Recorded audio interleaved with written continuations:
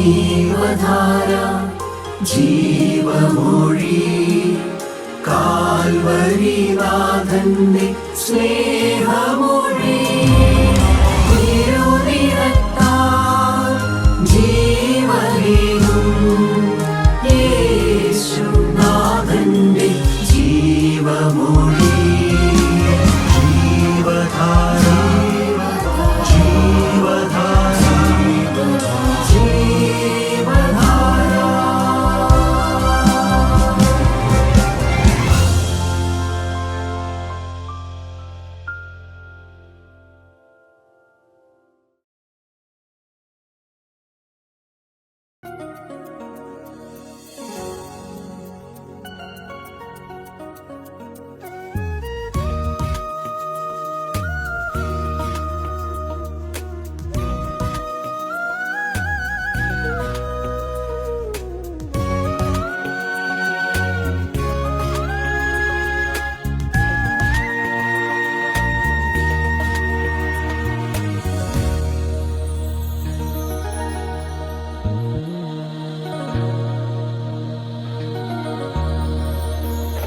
ദൈവം വഴി തുറക്കും, മുന്നിൽ പാത തെളിക്കും, ലോക വഴിയെല്ലാം അടഞ്ഞിടുമ്പോൾ തന്റെ കരതലത്തിൻ നല്ല കരുത്തിനാലെ എന്നെ ദിനം തോറും നടത്തിടുമേ.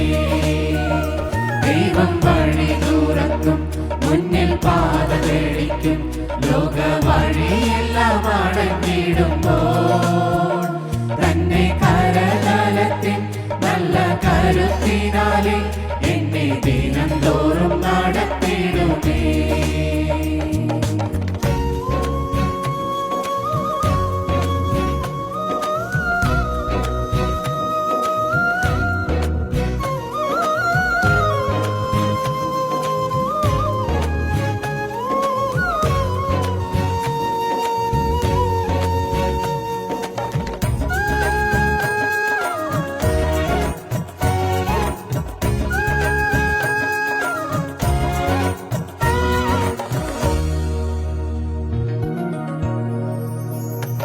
അവൻ തുറന്നാലാർക്കും അടയ്ക്കാനുമാവില്ല, അവൻ അടച്ചാലാർക്കും തുറക്കാനുമാവില്ല. അവൻ തുറന്നാലാർക്കും അടയ്ക്കാനുമാവില്ല, അവൻ അടച്ചാലാർക്കും തുറക്കാനുമാവില്ല. സർവശക്തനാണവൻ, സർവജ്ഞാനിയാണവൻ, തന്റെ കരങ്ങളിൽ സുരക്ഷിതൻ ഞാൻ. സർവശക്തനാണവൻ, സർവജ്ഞാനിയാണവൻ, തന്റെ കരങ്ങളിൽ സുരക്ഷിതൻ ഞാൻ. ദൈവം വഴി തുറക്കും, മുന്നിൽ പാത തെളിക്കും, ലോക വഴിയെല്ലാം അടഞ്ഞിടുമ്പോൾ തന്റെ കരതലത്തിൻ നല്ല കരുത്തിനാലെ എന്നെ ദിനം തോറും നടത്തിടുമേ.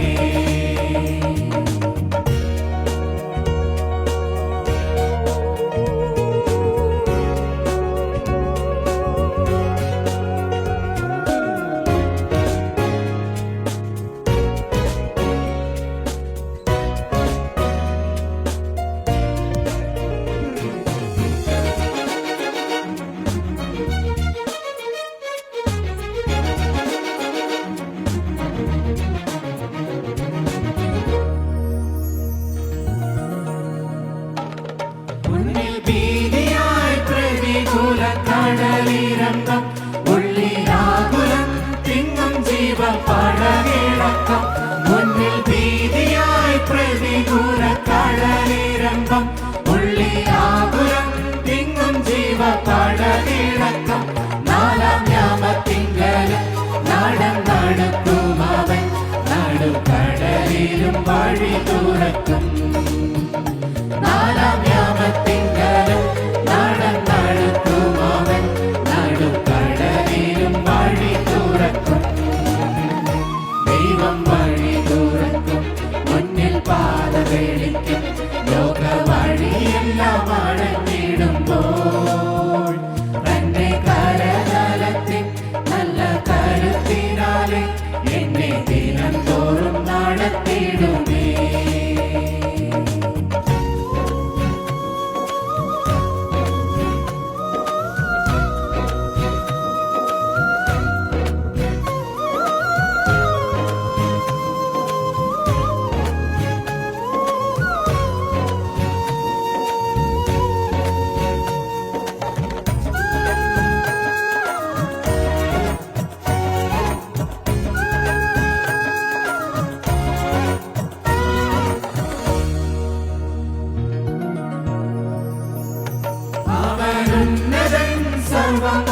വാക്കാൽ വാഴിക്കുന്നവൻ, അവൻ വന്ദിതൻ, സർവത്തിനും മീതെയുള്ളവൻ, അവൻ ഉന്നതൻ, സർവം വാക്കാൽ വാഴിക്കുന്നവൻ, അവൻ വന്ദിതൻ, സർവത്തിനും മീതെയുള്ളവൻ. എന്നാലേഴ ചൊല്ലിടും കുഞ്ഞു സങ്കടങ്ങളും കേൾക്കാൻ മനസ്സലിവുള്ള കാതന. എന്നാലേഴ ചൊല്ലിടും കുഞ്ഞു സങ്കടങ്ങളും കേൾക്കാൻ മനസ്സലിവുള്ള കാതന. ദൈവം വഴി തുറക്കും, മുന്നിൽ പാത തെളിക്കും, ലോക വഴിയെല്ലാം അടങ്ങിടുമ്പോ തന്നെ കരതലത്തിൽ നല്ല കരുത്തിനാലെ എന്നെ ദിനം തോറും നടത്തിയിടുമേ. ദൈവം വഴി തുറക്കും, മുന്നിൽ പാത തെളിക്കും, ലോക വഴിയെല്ലാം അടങ്ങിടുമ്പോ തന്നെ കരതലത്തിൽ നല്ല കരുത്തിനാലെ എന്നെ ദിനം തോറും നടത്തിയിടുമേ. ത്രിയേക ദൈവത്തിൻ്റെ സ്തുതി. കർത്താവിൻ്റെ പരിശുദ്ധ തിരുനാമം മഹത്വപ്പെടുമാറാകട്ടെ.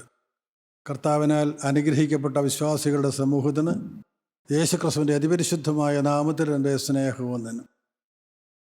പുറപ്പാട് പുസ്തകം 20-ാം അധ്യായം 2-3 വാക്യങ്ങളിൽ നാം ഇപ്രകാരം വായിക്കുന്നു: അടിമ വീടായ മിസ്രയീം ദേശത്തു നിന്ന് നിന്നെ കൊണ്ടുവന്ന യഹോവയായ ഞാൻ നിന്റെ ദൈവമാകുന്നു, ഞാനല്ലാതെ അന്യ ദൈവങ്ങൾ നിനക്കുണ്ടാകരുത്. ഈജിപ്ഷ്യൻ സംസ്കാരത്തിൻ്റെ മടുത്തട്ടലായ മിസ്രയീം, നൈൽ നദിയിലൂടെ ഒഴുകുന്നതായ ആ എക്കൽ മണ്ണിൻ്റെ സമൃദ്ധിയുള്ളതായ മിസ്രയീം ദേശം, ആ മിസ്രയീം ഇസ്രായേൽ ജനത്തിന് അടിമ വീടായിപ്പോയി. അബ്രഹാമിൻ്റെ മക്കൾക്ക്, വാഗ്ദത്ത സന്തതിക്ക് എന്തുകൊണ്ട് അത് അടിമ വീടായി? വളരെ ഗൗരവമേറിയ ഒരു ചോദ്യമാണ്.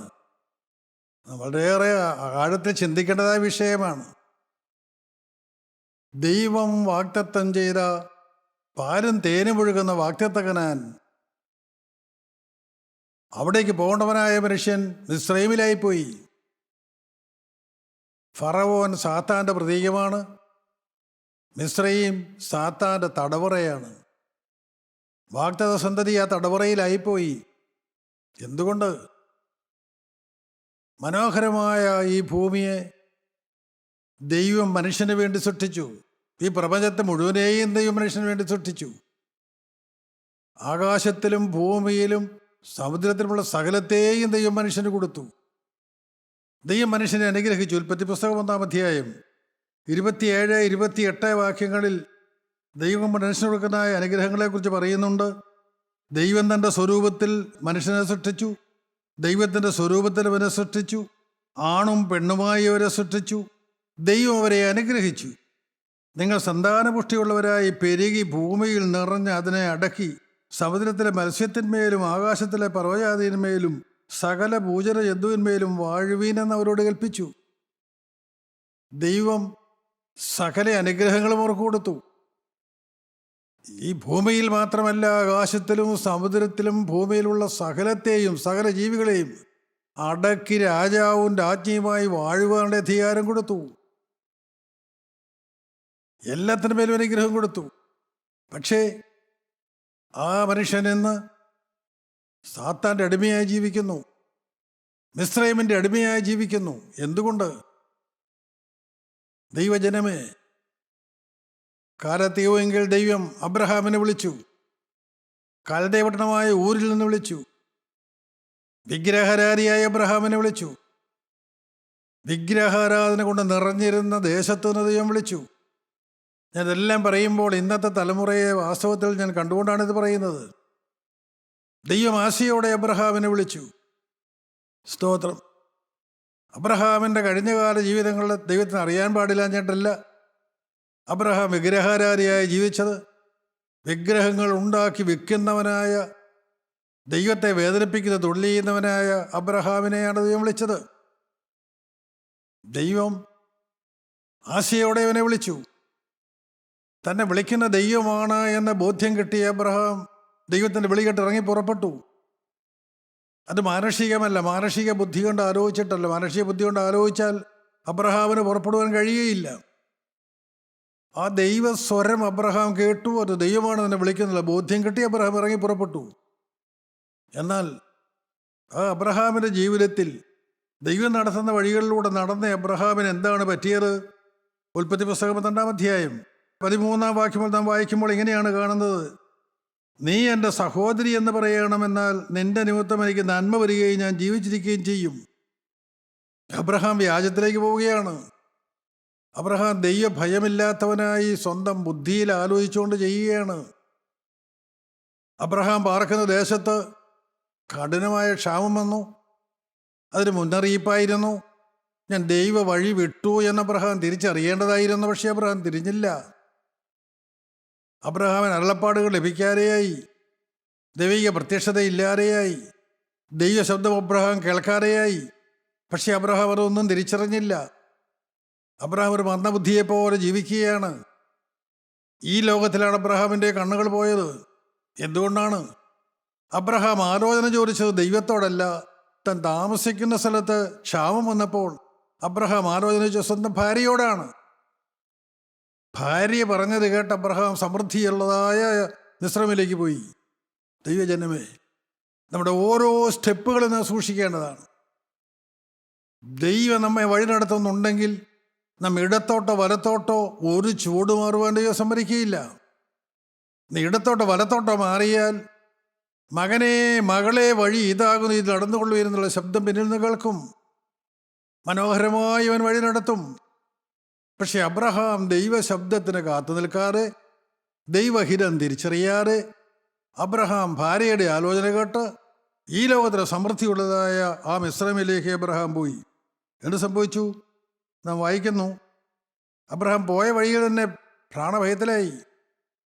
സ്വന്തം ഭാര്യ സുന്ദരിയാണെന്നുള്ളതിൽ ഇപ്പോൾ അബ്രഹാം ഭയപ്പെടുകയാണ്. അബ്രഹാമിന് പ്രാണഭയമാണ്. എൻ്റെ ഭാര്യ സുന്ദരിയായതുകൊണ്ട് മിസ്രൈമിലെത്തുമ്പോൾ അവിടെയുള്ളവർ എൻ്റെ ഭാര്യയുടെ സൗന്ദര്യം കാണും. ഞാൻ അവരുടെ ഭർത്താവാണെന്നറിഞ്ഞാൽ അവരെന്നെ കൊല്ലും, അവളെ അവരുടെ സ്വന്തമാക്കും. അകാരണമായ ഭീതി. ഇന്ന് മനുഷ്യൻ വലയുന്നതും ഇതേ വിഷയത്തിലാണ്. ഈ ലോകത്തിലെ അനേക വിഷയങ്ങളിൽ മനുഷ്യൻ ഇന്ന് ആകുലചിത്തരാണ്, സ്വസ്ഥതയില്ലാത്തവരാണ്, സമാധാനമില്ലാത്തവരാണ്.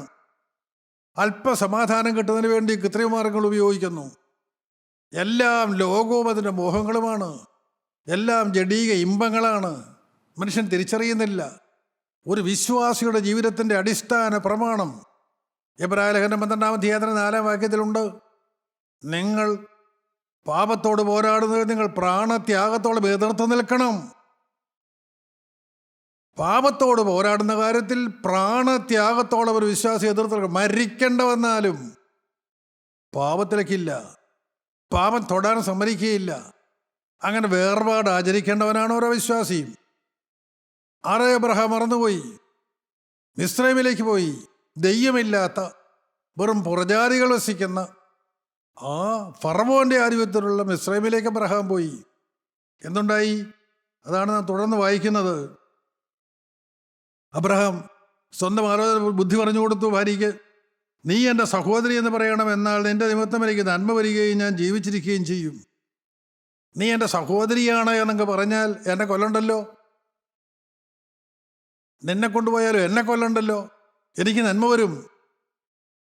അബ്രഹാമിൻ്റെ ചിന്ത ഈ ലോകത്തിലെ നന്മയാണ്, ഈ ലോകത്തിലെ സമ്പത്താണ്. പ്രിയപ്പെട്ടവരെ, ദൈവ വഴി വിട്ടാൽ ലക്ഷ്യം മാറി, എല്ലാം തകിടം മറിയും. ദൈവമായുള്ള സംസർഗം വിടും. ദൈവത്തിൻ്റെ അരുളപ്പാടുകൾ മാറിപ്പോവും. ദൈവ സംസർഗം മാറും. അബ്രഹാമിന് ചിന്തിക്കാൻ അനേക അവസരങ്ങളുണ്ടായിരുന്നു. എനിക്ക് ദൈവത്തിൻ്റെ അരുളപ്പാടുകൾ കിട്ടുന്നില്ലല്ലോ, ദൈവിക സാന്നിധ്യം എനിക്ക് കിട്ടുന്നില്ലല്ലോ, എനിക്ക് നിറഞ്ഞ സ്തുതി കിട്ടുന്നില്ലല്ലോ. അബ്രഹാമിന് ചിന്തിക്കാമായിരുന്നു. പക്ഷേ പിശാചിൻ്റെ പിടിയിലായിപ്പോയ അവിശ്വാസിയായിപ്പോയ അബ്രഹാം ഒന്നും ചിന്തിക്കാതെ പോവുകയാണ്. സ്വന്തം ബുദ്ധിയിൽ പോമടി പറഞ്ഞു കൊടുക്കുകയാണ്: നീ എൻ്റെ സഹോദരി എന്ന് പറയണം, അതുകൊണ്ട് നിന്റെ നിമിത്തം എനിക്ക് നന്മ വരികയും ഞാൻ ജീവനോടെ ഞാൻ രക്ഷപ്പെടുകയും ചെയ്യും. അബ്രഹാം പറഞ്ഞു. അങ്ങനെ അബ്രഹാം മിസ്രൈമിൽ എത്തിയപ്പോൾ സ്ത്രീ അതിസുന്ദരി എന്ന് മിസ്രൈമ്യർ കണ്ടു. ഫറവോന്റെ പ്രഭുക്കന്മാരും അവളെ കണ്ടു. ഫറവോന്റെ മുൻപാകെ അവളെ പ്രശംസിച്ചു. സ്ത്രീ ഫറവോന്റെ അരമനയിൽ പോകേണ്ടി വന്നു. ദൈവം വിളിച്ച് വേർതിരിച്ച ദൈവവേദിലായ എബ്രഹാമിൻ്റെ ഭാര്യ, വാഗ്ദത്ത സന്തതിയായ ഇസ്ഹാക്കിനെ പ്രസവിക്കേണ്ടതായ സാറ ഫറവോന്റെ കൊട്ടാരത്തിലേക്ക് പോയി. പ്രിയപ്പെട്ടവരെ, തിരുത്താനാവാത്ത തെറ്റ് നീ എവിടെ പോയി പരിഹരിക്കും? വന്ന കളങ്കം എങ്ങനെ മായ്ച്ചു കളയും? ദൈവം ക്ഷമിച്ചു കൊടുത്താലും ആ കറയവിടെ കിടക്കും, ആ പാടവിടെ കിടക്കും. പ്രിയപ്പെട്ടവരെ, സ്വർഗത്തിലെ നിത്യനായ ദൈവം, സ്നേഹവാനായ ദൈവം എത്ര വേദനയോടെയായിരിക്കും അത് കണ്ടുകൊണ്ടിരിക്കുക. അബ്രഹാം വീണുപോയ അബ്രഹാം അറിഞ്ഞില്ല. തനിക്ക് എന്താണ് തെറ്റുപറ്റിയെന്ന് അബ്രഹാം അറിഞ്ഞില്ല. യോഹന്നാന്റെ 1-ാമത്തെ ലേഖനം 2-ാം അധ്യായം 15-ാം വാക്യത്തിൽ അവിടെ അപ്പോസ്തലനായ യോഹന്നാൻ പറയും, ലോകത്തെയും ലോകത്തിലുള്ളതിനെയും സ്നേഹിക്കരുത്. ഒരുവൻ ലോകത്തെ സ്നേഹിക്കുന്നുവെങ്കിൽ അവനിൽ പിതാവിൻ്റെ സ്നേഹമില്ല. ഈ ലോകത്തെ ഒരാൾ സ്നേഹിച്ചോ, ഈ ലോകത്തുള്ള ഏതിനെങ്കിലും ഒരാൾ സ്നേഹിച്ചോ, അവൻ്റെ ഹൃദയം എവിടേക്ക് പോയോ, അവന് ദൈവമായുള്ള ബന്ധം പോയി. ദൈവ സ്വരം അവൻ കേൾക്കാതെയായി. ആത്മാവിൻ്റെ ആരാധന നിലച്ചുപോയി. അവൻ ജഡീകനായി മാറി, ആത്മീയൻ ജഡീകനായി മാറി. പുറമേ പ്രകടമായ പാപങ്ങൾ കാണാനില്ല, പക്ഷേ ഹൃദയം ദൈവത്തിൽ നകന്നു. ഹൃദയം ദൈവത്തോട് മത്സരിക്കുന്നതായി മാറി. എന്താണ് അർത്ഥം? അവിശ്വാസം ഒരു വ്യക്തിയിൽ വന്നോ, അവൻ്റെ ഉള്ളിൽ ദുഷ്ടനായ പിശാച് കടന്നുകൂടി. മിസ്രൈമിലെ ഫറവോൻ ഇന്ന് അബ്രഹാമിൻ്റെ ഹൃദയത്തിൽ കടന്നുകൂടി.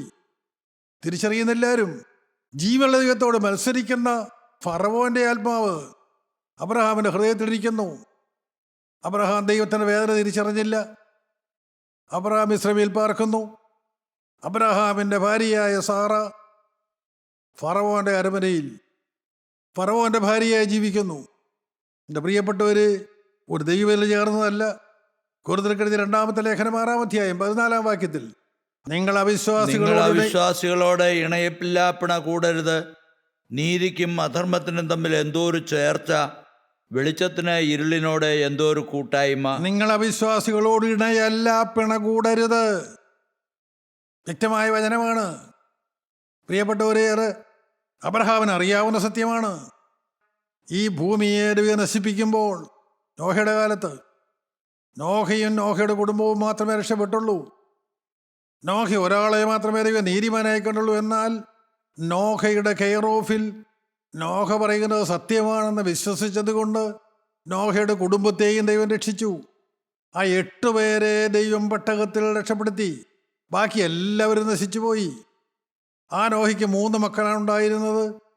ഈ ഭൂമിയെ ദൈവം വെള്ളം കൊണ്ട് കഴുകി, അകർത്യം നിറഞ്ഞ ഭൂമിയെ ദൈവം കഴുകിയെടുത്തു. നോഹയുടെ കുടുംബത്തെ ഒഴിച്ചു ബാക്കിയുള്ളവരെല്ലാം കൊല്ലപ്പെട്ടു, വെള്ളപ്പൊക്കത്തിൽ നശിച്ചു. ആ ഭൂമിയെ ദൈവം കഴുകി എടുത്താണ് നോഹയുടെ 3 മക്കൾ, ശേം, ഹാം, യാഫേത്ത്. അതിലൊരുവൻ ശപിക്കപ്പെട്ടു. കാരണമൊക്കെ നിങ്ങൾക്കറിയാം. സെക്ഷുവലാണ് കാരണം, ലൈംഗികമായ കാരണം. കനാൻ ശപിക്കപ്പെട്ടു. അപ്പനാൽ ശാപം കെട്ടിയ കനാൻ, ആ കനാൻ ജീവിക്കുന്നതായ, കനാന്റെ പരമ്പരകൾ ജീവിക്കുന്നതായ വാഗ്ദത്ത കനാൻ, അവിടേക്കാണ് ഇസ്രായേൽ ജനം പോകുന്നത്. മറക്കരുത്. അവിടെ പിശാചിൻ്റെ ആധിപത്യമുണ്ട്, പിശാചിൻ്റെ സ്വാധീനമുണ്ട്. നാം ജീവിക്കുന്നതായ ഈ ഭൂമിയിൽ സാത്താൻ്റെ ആധിപത്യമുണ്ട്, അവൻ്റെ ആകർഷണമുണ്ട്. ആത്മീകനായ മനുഷ്യനെ ഈ ലോകത്തിൽ കെട്ടിയിടുന്നതിന് വേണ്ട സകലതും ക്രമീകരിച്ച് വെച്ചിട്ടുണ്ട്. ജീവിതയാത്രയിൽ അവനെ എവിടെയെല്ലാം വീഴിക്കാമെന്ന് അറിയാവുന്നവനായ സാത്താൻ എല്ലാ കിരണികളും ഒരുക്കി വെച്ചിട്ടുണ്ട്. മനുഷ്യനൊന്നും തിരിച്ചറിയാതെ ജീവിക്കുകയാണ്. എൻ്റെ പ്രിയപ്പെട്ടവർ, ഇവിടെ നാം വളരെ വ്യക്തമായി കണ്ടു. അപ്പോസ്തലനായ പൗലോസ് പറഞ്ഞു, അവിശ്വാസികളോട് നിങ്ങൾ ഇണയല്ല പിണ കൂടരുത്. അവിശ്വാസികളുമായി നിങ്ങൾക്കൊരിക്കലും യോജിപ്പുണ്ടാകരുത്. നീതിക്കും അധർമ്മത്തിനും തമ്മിൽ എന്തൊരു ചേർച്ച അപ്പോസ്തലൻ ഉപയോഗിച്ചിരിക്കുന്നത് കണ്ടോ. പൗലോസ് അപ്പോസ്തലൻ പറയുകയാണ്, വിശ്വാസികൾ നീതിക്ക് വേണ്ടി നിൽക്കുന്നവരാണ്, അവിശ്വാസികൾ അധർമ്മത്തിന് വേണ്ടി നിൽക്കുന്നവരാണ്. നീതിക്കും അധർമ്മത്തിനും തമ്മിൽ എന്തോ ഒരു ചേർച്ച, വെളിച്ചത്തിന് ഇരുളോടെന്തോ ഒരു കൂട്ടായ്മ. വെളിച്ചവും ഇരുളുമായിട്ട് യാതൊരു കൂട്ടായ്മയുമില്ല. വെളിച്ചമുണ്ടെങ്കിൽ അവിടെ ഇരുളില്ല. ദൈവം ഒരു വ്യക്തിയിലുണ്ടോ അവിടെ അവിശ്വാസമില്ല. അവൻ വെളിച്ചത്തിൽ നടക്കും. അവൻ കൃത്യമായി അവൻ്റെ ഓരോ ചുവടുകളിലും കണ്ടുകൊണ്ട് നടക്കും. എത്ര വ്യക്തമായി അപ്പോസ്തലൻ ഓർപ്പിച്ചു. 2 കൊരിന്ത്യർ ലേഖനം 6-ാം അധ്യായം 15-ഉം 16-ഉം വാക്യങ്ങൾ കൂടെ വായിച്ചു കേൾക്കാം. ക്രിസ്തുവിനും ബലിയാലിനും തമ്മിൽ എന്തോ ഒരു പൊരുത്തം, അല്ല, വിശ്വാസിക്ക് അവിശ്വാസിയുമായി എന്ത് ഓഹരി? ദൈവാലയത്തിന് വിഗ്രഹങ്ങളോട് എന്ത് യോഗ്യത? നാം ജീവനുള്ള ദൈവത്തിൻ്റെ ആലയമല്ലോ. ഞാൻ അവരിൽ വസിക്കുകയും അവരുടെ ഇടയിൽ നടക്കുകയും ചെയ്യും. ഞാൻ അവർക്ക് ദൈവവും അവർ എനിക്ക് ജനവുമാകും എന്ന് ദൈവം അരുളി ചെയ്തിരിക്കുന്നുവല്ലോ. ദൈവജനമേ, ഒരു വിശ്വാസിയുടെ പ്രത്യേകത എന്താണ്? അപ്പോസ്തലനായ പൗലോസ് വളരെ കൃത്യമായി പറഞ്ഞു, നാം ജീവനുള്ള ദൈവത്തിൻ്റെ ആലയമല്ലോ. ഞാനും നിങ്ങളും നിസ്സാരരായിരിക്കും, ബലഹീനരായിരിക്കും, നമുക്ക് വലിയ ജലസ്വാധീനമൊന്നുമില്ലായിരിക്കും, ആർക്കും വേണ്ടാത്തവരായിരിക്കും. സാരമില്ല പ്രിയപ്പെട്ടവരെ, നാം ജീവനുള്ള ദൈവത്തിൻ്റെ ആലയമാണ്. ദൈവം വസിക്കുന്ന സ്ഥലമാണ്. ദൈവം നമ്മുടെ ഹൃദയത്തിൽ വസിച്ച് സ്വസ്ഥമായിരിക്കേണ്ടതായ ദൈവം കണ്ട സ്ഥലമാണ്. കാലാകാലങ്ങളിൽ ആക്കി വച്ചിരിക്കുന്ന ഓരോ വ്യക്തിയും ദൈവത്തിൻ്റെ വകയാണ്, ദൈവത്തിൻ്റെ ആലയമാണ്. സ്തോത്രം. അപ്പോസ്തലൻ പറയുന്നത് കേട്ടോ, ഞാൻ അവരിൽ വസിക്കുകയും അവരുടെ ഇടയിൽ നടക്കുകയും ചെയ്യും. നിത്യനായ ദൈവം, സർവശക്തനായ ദൈവം, സ്വർഗത്തിൽ പോലും ഒതുങ്ങാത്തവനായ ദൈവം, സ്വർഗം എൻ്റെ സിംഹാസനവും ഭൂമി എൻ്റെ പാദപീഠവുമാകുന്നു എന്ന് അരുളി ചെയ്തവനായ ദൈവം. ആ ദൈവം എന്താണ് പറഞ്ഞത്? ഞാൻ അവരിൽ വസിക്കുകയും. നിസ്സാരനായ മനുഷ്യരിൽ, രോഗങ്ങളുള്ള, കടബാധ്യതകളുള്ള, ഭാരങ്ങളുള്ള, ഈ ഭൂമിയിലെ പ്രതിസന്ധികളുടെ മധ്യത്തിലൂടെ നടക്കുന്ന നിസ്സാരരായ മനുഷ്യരിൽ ഞാൻ അവരിൽ വസിക്കുകയും അവരുടെ ഇടയിൽ നടക്കുകയും ചെയ്യും. എത്രയോ സ്നേഹനിധിയായ ദൈവം. വിശ്വാസികളുടെ ഭവനത്തിലവനുണ്ട്. സ്തോത്രം.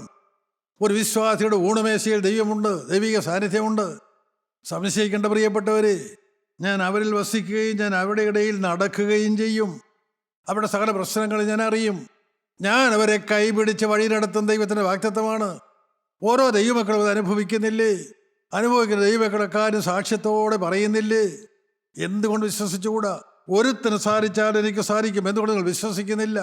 സ്തോത്രം. ഞാൻ അവരിൽ വസിക്കുകയും അവരുടെ ഇടയിൽ നടക്കുകയും ചെയ്യും. ഞാൻ അവർക്ക് ദൈവവും അവർ എനിക്ക് ജനവുമായിരിക്കും. സ്തോത്രം. ഞാനാണ് അവരുടെ ദൈവം, അവരെൻ്റെ ജനമാണ്. പ്രിയപ്പെട്ടവരെ, എത്ര മനോഹരമായ അനുഭവം. വീണ്ടും കർത്താവ് പറയുന്നത് എന്താണ്? അതുകൊണ്ട് അവരുടെ നടുവിൽ നിന്ന് പുറപ്പെട്ട് വേർപെട്ടിരിപ്പീൻ. അവിശ്വാസികളിൽ നിന്ന് വേർപെട്ടിരിപ്പീൻ. നീ അവിശ്വാസികളുടെ സമൂഹത്തിൽ നിന്ന് വേർപെട്ടിരിപ്പീൻ. അവരുടെ നടുവിൽ നിന്ന് പുറപ്പെട്ട് വേർപെട്ടിരിപ്പീൻ എന്ന് കർത്താവ് അരുളി ചെയ്യുന്നു. അശുദ്ധമായതൊന്നും തൊടരുത്. അബ്രഹാം പിതാവേ, മിസ്രയീമിൽ പാർക്കുന്ന അബ്രഹാമേ, അശുദ്ധമായതൊന്നും തൊടരുത് എന്ന് ദൈവം കൽപ്പിക്കുന്നു. അത് ദൈവത്തിൻ്റെ വചനമല്ലേ? ഞാൻ പരിശുദ്ധനാകിയാൽ നിങ്ങൾ എന്നെപ്പോലെ തന്നെ പരിശുദ്ധരായിരിപ്പീൻ.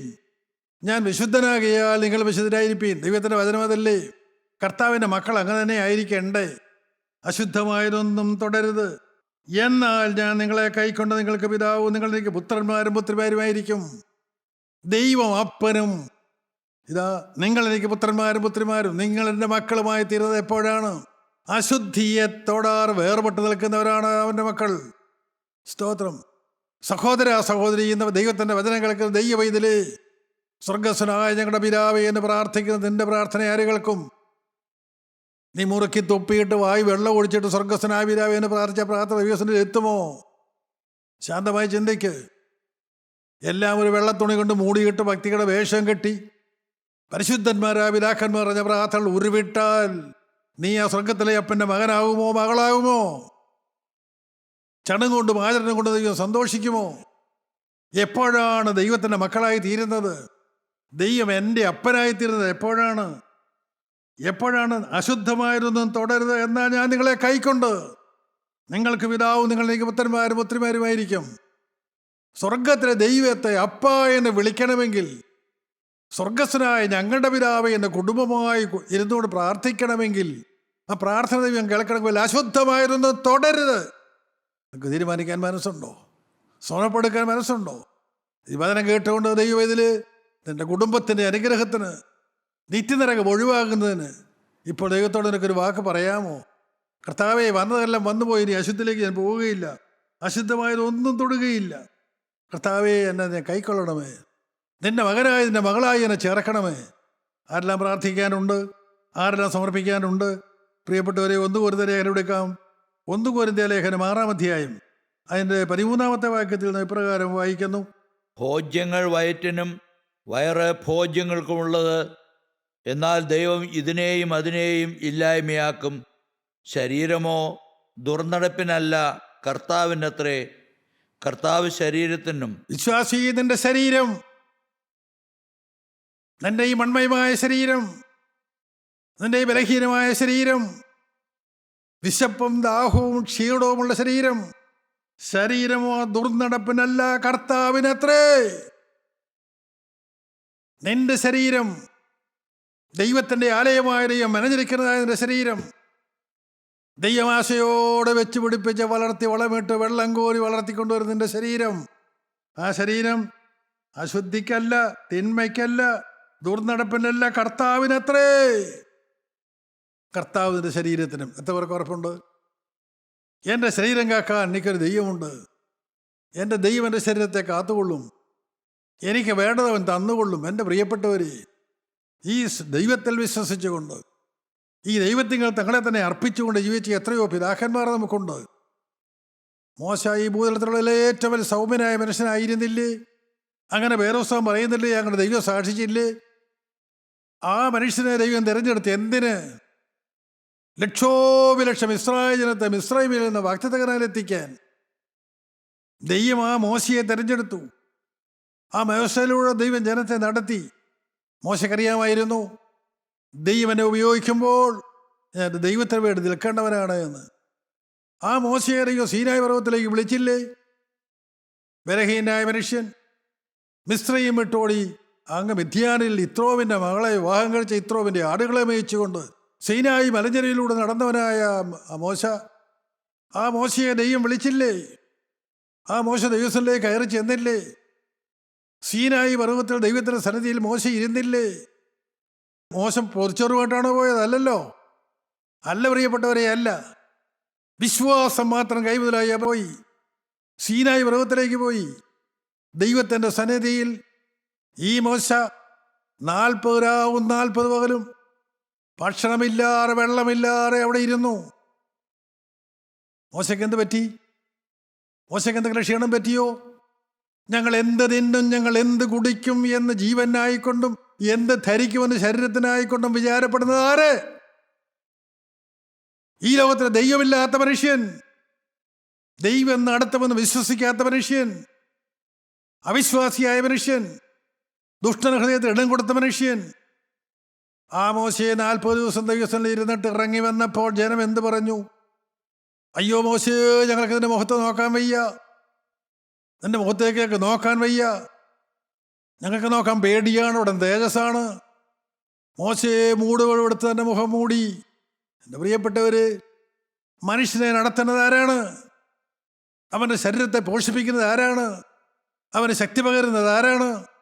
ഈ 40 പകലും 40 രാവും സീനായ പർവ്വത ദൈവത്തോടുകൂടി ഇരുന്ന മോശ ഒരു കഷ്ണം അപ്പം കഴിക്കുകയോ ഒരു തുള്ളി വെള്ളം കുടിക്കുകയോ ചെയ്യാതെ തേജസ്സുള്ളവനായി ഇറങ്ങി വന്നത് ഇസ്രായേൽ ജനം കണ്ടതല്ലേ? 2ാം പ്രാവശ്യം ദൈവം വീണ്ടും മോശയെ വിളിച്ചു. മോശ പിന്നെയും സീനായി പർവ്വതത്തിലേക്ക് കയറി. വീണ്ടും മോശ 40 രാവും 40 പകലും ഓടിയിരുന്നു.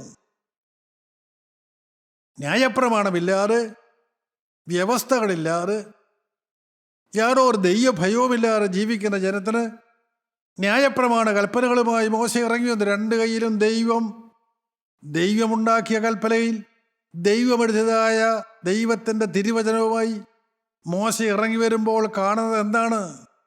മോശയെ നടത്തിയ ഒരു ദൈവമില്ലേ? ഇസ്രായേൽ ജനത്തിനത് കണ്ടാൽ പോരെ? അരങ്ങ് വിശ്വസിച്ചാൽ പോരെ? 1 കൊരിന്ത്യർ ലേഖനം 6-ാം അധ്യായം അതിൻ്റെ 15-ാം വാക്യം വായിക്കാം. നിങ്ങളുടെ ശരീരങ്ങൾ ക്രിസ്തുവിൻ്റെ അവയവങ്ങളാകുന്നു എന്ന് അറിയുന്നില്ലയോ?